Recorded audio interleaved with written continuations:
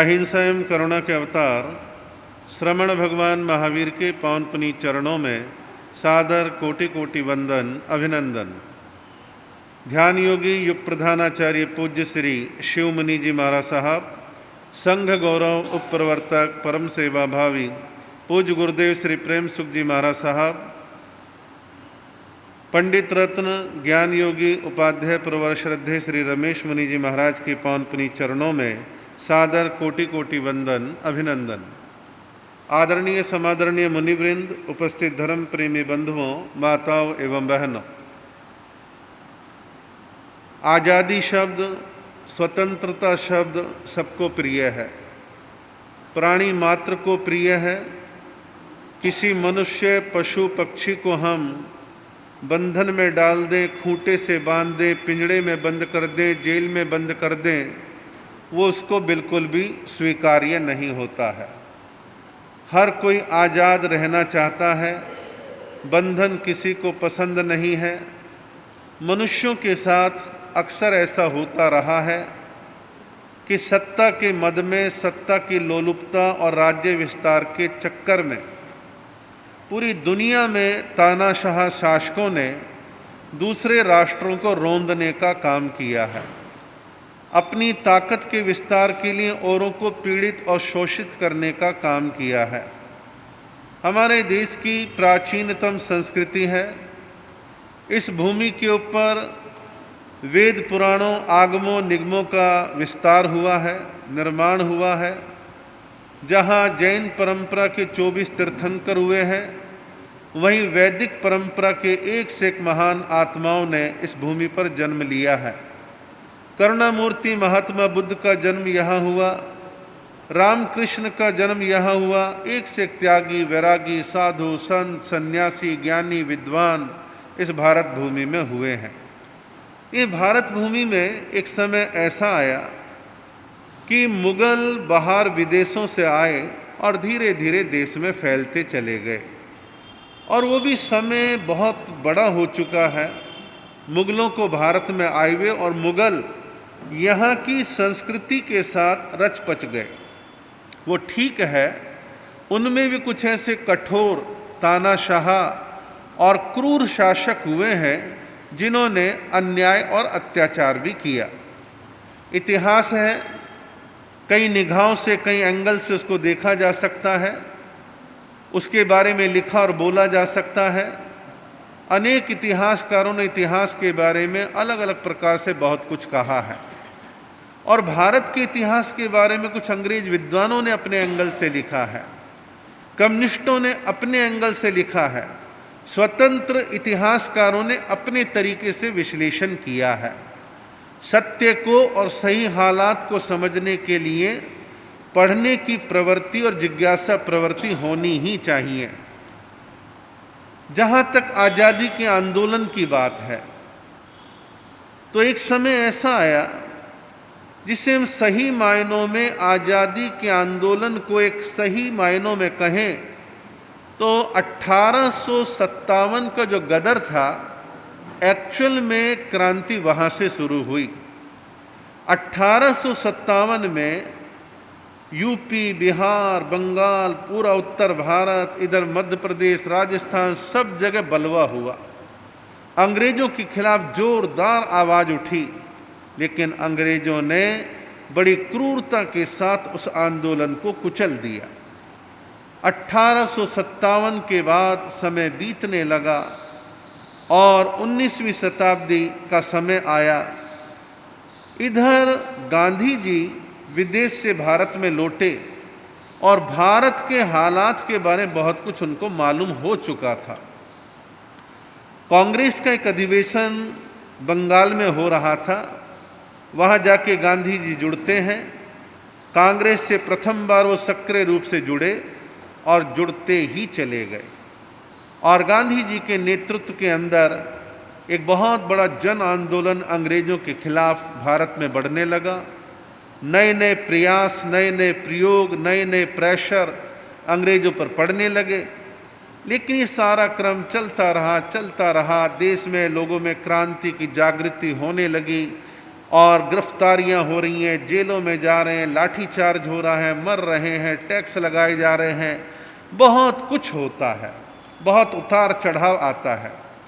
और भारत की आज़ादी के आंदोलन में जो आज वर्तमान में कंट्रोवर्सी देखने में आती है कि नहीं जी आज़ादी उन्होंने नहीं दिलाई, इन्होंने दिलवाई, इन्होंने दिलवाई, ऐसा नहीं था, वैसा नहीं था, ये चलेगा राजनीतिक स्वार्थ के लिए। लेकिन सच ये है, भारत की आज़ादी के आंदोलन में 80% भूमिका कांग्रेस के नेतृत्व में, गांधी जी के नेतृत्व में एक जन आंदोलन जो खड़ा हुआ उसकी भूमिका थी। 20% भूमिका उन क्रांतिकारियों की थी जिन्होंने गोली की बात करी, मारने मरने की बात करी, बम विस्फोट की बात करी। उन्होंने अपना काम किया। अब हम उनकी ना तो आलोचना कर सकते हैं, हम किसकी आलोचना क्यों करें, करने की जरूरत ही नहीं है। सहयोग सबका रहा, सबने अपने अपने तरीके से काम किया। आम आदमी, हिंदू मुस्लिम, और ये बतला दूं, आज़ादी के आंदोलन में हिंदू मुस्लिम बिल्कुल एक थे, बराबर का योगदान रहा। जैसे जैसे आज़ादी का समय और चमक नज़दीक आती गई तो मुस्लिमों में जो है मोहम्मद अली जिन्ना, वो थोड़े से शार्प माइंडेड भी थे, पढ़े लिखे भी थे, कुटिल भी थे। उनके दिमाग में एक बात घर कर गई, जब यहाँ हिंदुस्तान में हिंदू महासभा और आरएसएस का उदय हो गया तो भैया देर सबेर हमारे लिए चुनौती खड़ी होगी, तो हम तो अपना पहले ही एक अलग देश मांग लें। तो वहाँ उनके दिमाग में भी एक भाव सिक्योरिटी का आ गया कि भाई हम अपना एक अलग देश मांग लें, वहाँ आराम से रहेंगे। भारत में जहाँ आज़ादी का आंदोलन चल रहा था मुख्य रूप से, वहाँ एक बात दिमाग में थी कि नहीं भाई, ये बंटवारा भेदभाव अच्छा नहीं, अब तक हम सब ने संघर्ष इकट्ठा किया है तो इकट्ठा ही हमारे को रहना है। विचार है तो विचार बने रहे और अंततः देश आज़ाद हो गया। आज के इस अवसर पर उन सभी स्वतंत्रता सेनानियों जिन्होंने किसी भी प्रकार से भारत की आज़ादी के आंदोलन में अपनी आहुति दी, आज हम और आप सभी उनको नमन करते हैं, उनकी क्रांति को हम अनुमोदना करते हैं, उनके सहयोग के लिए हम अपना हृदय से भाव व्यक्त करते हैं। लेकिन अब कुल मिलाकर की बात ये है कि आज़ाद तो हो गए, लेकिन आज़ादी को सुरक्षित भी रखना है, आज़ादी को पुख्ता भी करना है और एक विकसित राष्ट्र भी बनाना है। उसके लिए सही प्रयत्नों की आवश्यकता है। ऐसे प्रयत्नों की मैं ये नहीं कह रहा कि पिछले 75 साल में कोशिश नहीं हुई। कोई भी देश विकसित यूं नहीं होता, वो धीरे धीरे धीरे धीरे यूं होता है। अब कोई ये कह दे जी पिछले 50, 60, 70 साल में कुछ नहीं हुआ, वो सब गलत है।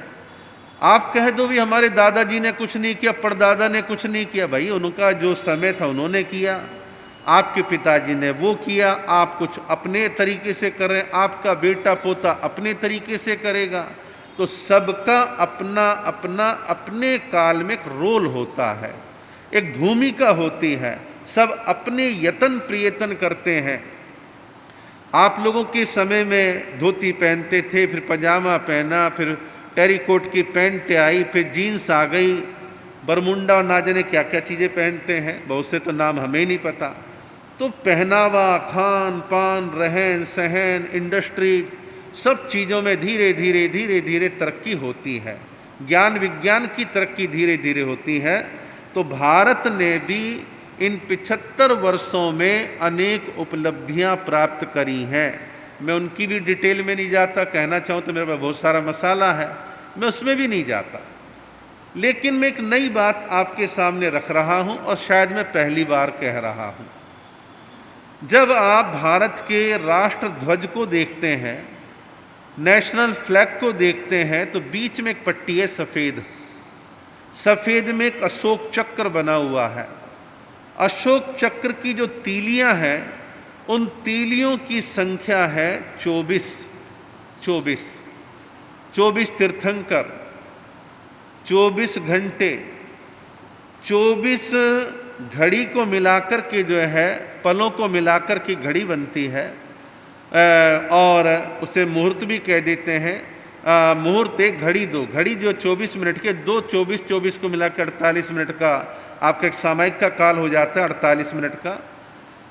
24 बहुत कुछ प्रेरणा देता है। ये 24 जो तीलियां हैं तिरंगे झंडे में अशोक चक्र की, ये केवल यूं ही किसी डिजाइनर ने नहीं बना दी।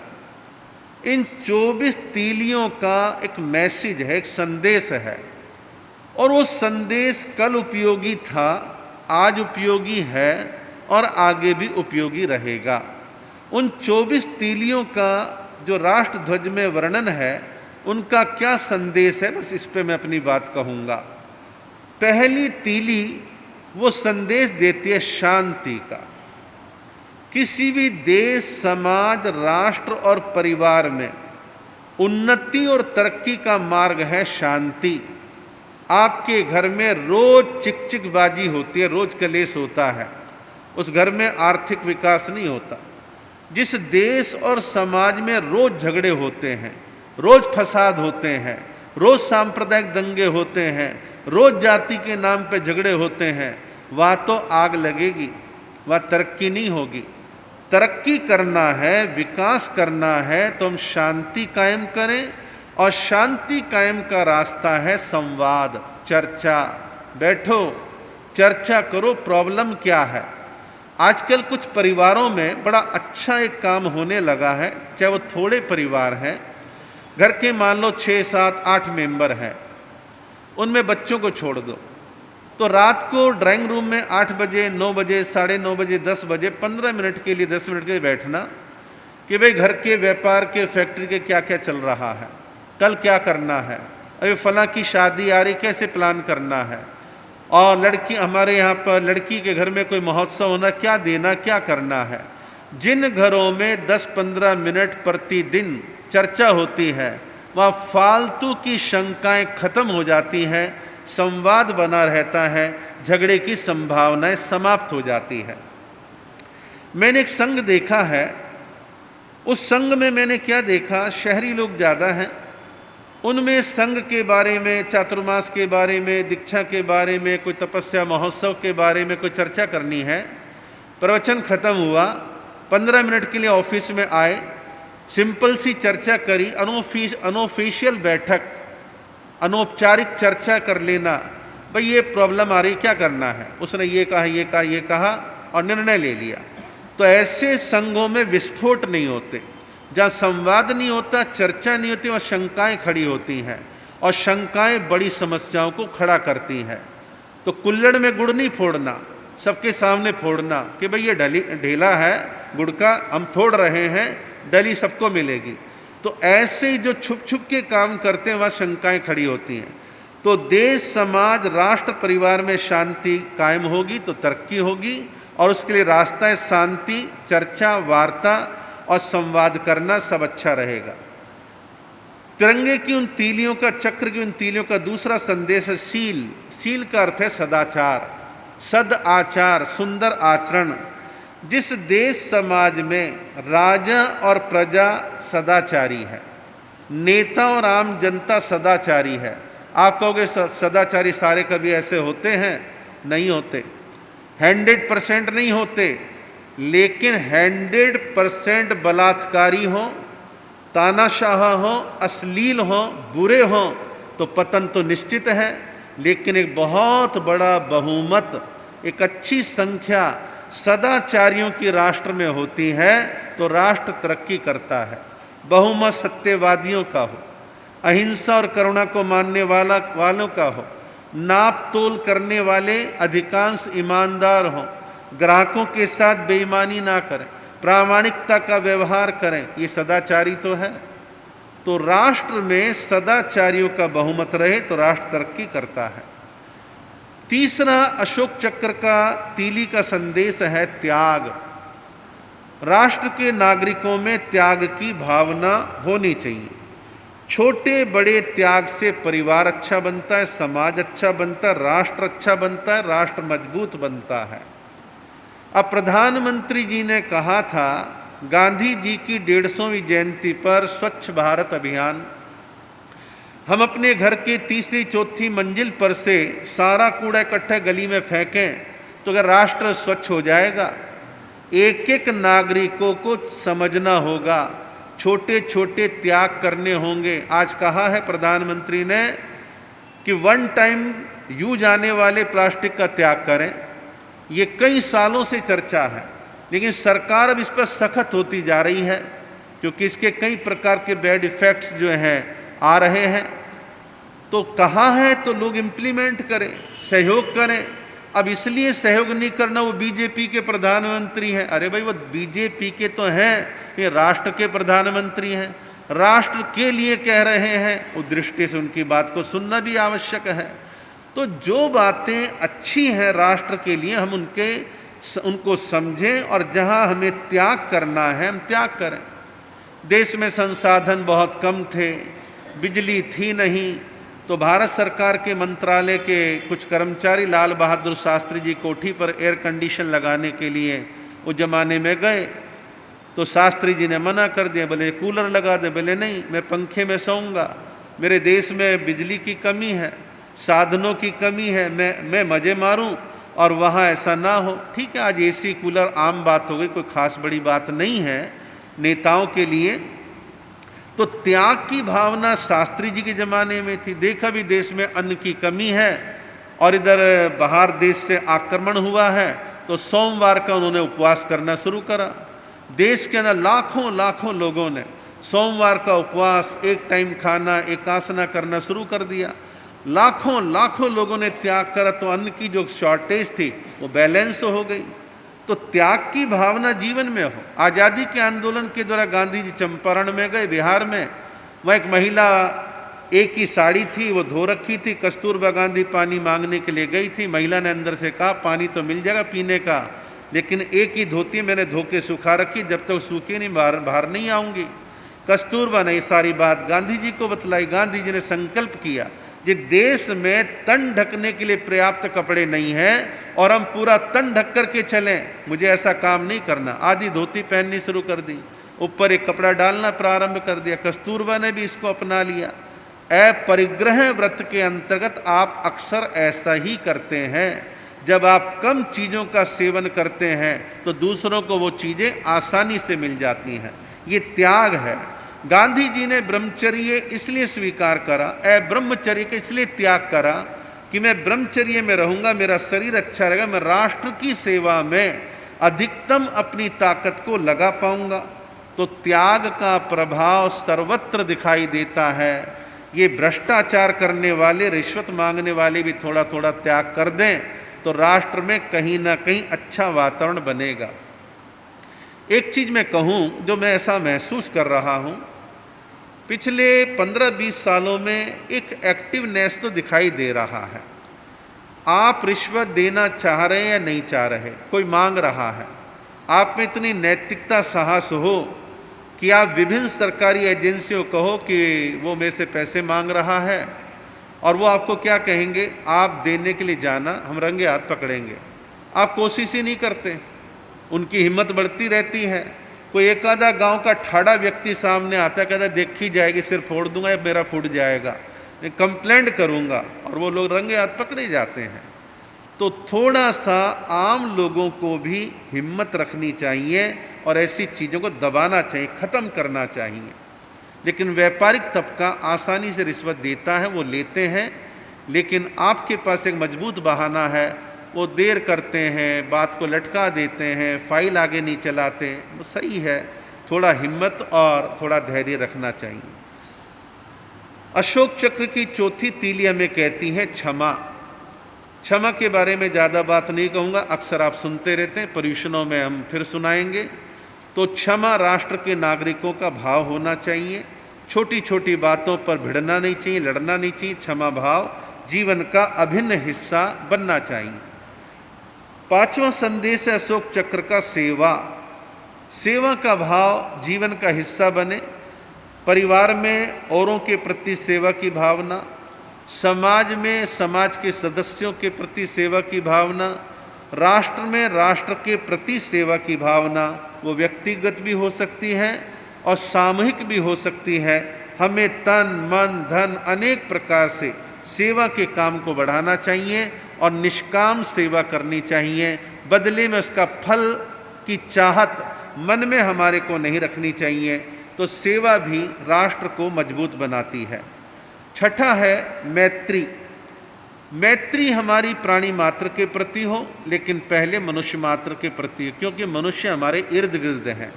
पशुओं का नंबर आता है लेकिन बाद में आता है।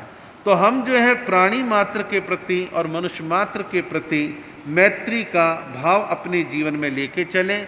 और राष्ट्र में मैत्री किससे? सभी जाति, सभी धर्म और सभी वर्ग के लोगों के प्रति हमारे मन में मैत्री भावना हो। घृणा और द्वेष की भावना मन में नहीं होनी चाहिए। और लेकिन मैं देखता हूँ आज भी देश के बहुत बड़े हिस्से में हम राजपूत हैं, हम ब्राह्मण हैं, हम बनिए हैं, वो पिछड़े हैं। अगड़े पिछड़ों की बीमारी ने राष्ट्र को कमजोर किया है। आवश्यकता है हम ये घृणा का भाव समाप्त करके मैत्री का भाव सबके प्रति अपने जीवन में लेके चलें। सातवां संदेश है प्रेम। हम प्राणी मात्र के प्रति, सबके प्रति हृदय से प्रेम की भावना रखें। घृणा और द्वेष खत्म होगा प्रेम के द्वारा। और बहुत सारे राष्ट्रीय नेता ऐसे हुए हैं जिन्होंने प्रेम की भाषा को जाना, समझा और लोगों में विस्तारित किया। गांधी जी का यही मंत्र था कि लोगों में प्रेम पूर्ण तरीके से परिवर्तन लाओ, घृणा और द्वेष के द्वारा परिवर्तन नहीं आएगा। अशोक चक्र की 8वीं तीली का संदेश है बंधुत्व का भाव, भाईचारे का भाव। भाईचारे का भाव क्या है? सर्वधर्म समभाव, सभी धर्मों के प्रति समभाव की भावना हमारे जीवन में हो। और वो तब आएगी जब हम उदार दृष्टि वाले होंगे, नैरो माइंडेड नहीं होंगे, ब्रॉड माइंडेड होंगे। तो उससे हमारे मन में जो है बंधुत्व का भाव आएगा। अमीर गरीब के बीच और जाति और धर्म के बीच बंधुत्व का भाव बढ़ना चाहिए, घटना नहीं चाहिए। और ऐसी भावनाओं का विकास हम सदा करते रहें, उदार भावना रखें। आप देखेंगे एक 60 बच्चों की क्लास है और 60 बच्चों की क्लास में हम 12वीं क्लास तक क्या देखते हैं? उनमें 5-7 बच्चे राजपूत के हैं, 5-7 ब्राह्मण के हैं, कोई सिख परिवार का है, कोई 1-2 बच्चा क्रिश्चियन का है, 2-4 बच्चे जैन के हैं, कोई वैष्णव परंपरा के हैं, कोई किसी के हैं, कोई पिछड़े हैं, अनेक प्रकार के होते हैं। हमें वहीं से ही प्रेम भाव का विस्तार करने की भावनाओं का संस्कार आना चाहिए। और हम किसी के प्रति घृणा ना रखें, बंधुत्व का भाव बना के रखें। उसका प्रभाव राष्ट्र की सेहत पर पड़ेगा ही पड़ेगा। अशोक चक्र की 9वीं तीली हमें संदेश देती है संगठन। संगठन के लिए कहा है संस्कृत साहित्य संघे शक्ति कलौ युगे, कि संगठन की शक्ति कलयुग में बड़ी महत्वपूर्ण है। हम संगठित हैं तो उसका प्रभाव रहेगा। पंजाब के कैप्टन अमरिंदर सिंह ने प्रधानमंत्री मोदी से मिलकर साफ साफ कहा है, सिंपल भाषा में कहा है कि ये ध्यान रखो, किसानों का आंदोलन पंजाब से संबंधित ज़्यादा है, हरियाणा यूपी के किसान भी उसमें जुड़े हुए हैं। और उन्होंने कहा है यदि ये किसानों का आंदोलन लंबा चला केंद्र सरकार की जिद और हठ की वजह से, अहंकार की वजह से, तो ये ध्यान रखना पंजाब में आतंकवाद को उभरने में देरी नहीं लगेगी। पाकिस्तान इस ताक में बैठा है कि वहाँ किसान आंदोलन चल रहा है, किसान जितना आंदोलन लंबा चलेगा वो मायूस होंगे, नेताओं पे हमले करेंगे, उनकी कारों को तोड़ेंगे, बंगले घेरेंगे, क्योंकि कम पढ़े लिखे हैं और जोश ज़्यादा है, हताशा बढ़ रही है। तो पाकिस्तान इस अवसर का लाभ उठा सकता है। तो इस संगठन को बनाने के लिए थोड़ा सा कई बातों का ध्यान रखना होता है। संगठन का एक सुंदर शब्द साहित्य में है समरसता। समरसता, समानता, सबके साथ मेल जोल का भाव समरसता है। और स्वार्थ और महत्वाकांक्षा ये संगठन को तोड़ती है। अभी जैन कॉन्फ्रेंस में बड़ी उठापटक देखने में आती है, आ रही है, कई सालों से दिखती है। तो ये संगठन डैमेज कब होता है?